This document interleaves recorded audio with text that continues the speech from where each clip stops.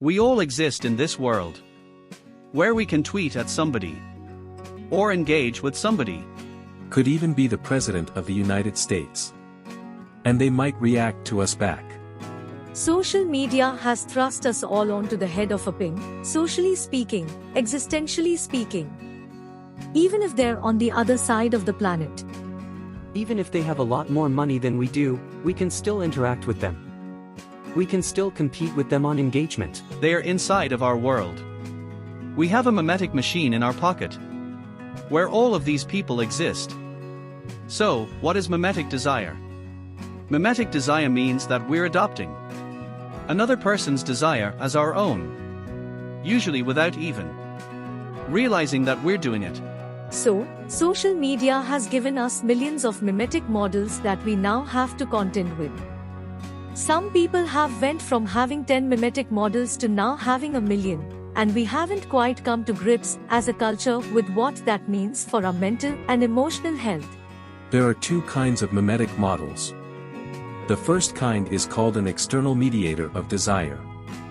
These are models that are outside of our world, whether because they exist in a different social sphere than we do, there's no possibility of us coming into contact with them and certainly not becoming rivals with them. They're in some sense, outside of our world of desire, outside of our world of competition. Now, these external models of desire can be real, or they can be fictional. The other kind of model is inside of our world, called internal mediators of desire. These are people that we do come into contact with, and there is a possibility of conflict or rivalry with these people. These are people that are in our family, these are people in our workplace. These are people that could even be our friends. It's easier to compare ourselves to them. These are the kinds of people that we look to as benchmarks, and we're far more likely to be envious of somebody that we went to high school with who now has a great job and a beautiful spouse, than we are to be envious of the richest person in the world. The danger with external mediators of desire, with keeping up with people that are very successful, with people that have modeled a certain kind of lifestyle, is that there's no end to that process. All desire is a form of transcendence. We desire to go beyond the boundaries, to go just over the mountain, to be the kind of person that we don't feel that we currently are.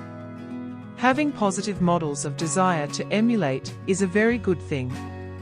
It's important to have people that model virtues and goodness that we would like, but we have to understand the limitations of any model. And understanding how the dynamic between us and our models changes in that scenario is really, really important.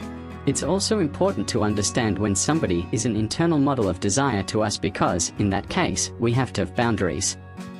All desire comes from us feeling like we lack something, and that can bring us into a dangerous, vicious cycle because there will always be another model to find.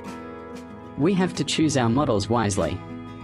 We also have to know when the model is inflaming us with the desire for something that's gonna bring real fulfillment, or whether it's going to bring a dopamine hit or allow us to fantasize about a life that we'll probably never have.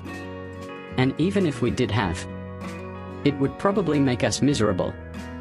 All you need to do is go on Instagram and spend 5 minutes, and you see lifestyles modeled, you see vacation destinations modeled, fashions, manners of speech, ways of engagement, ways of speaking, political preferences.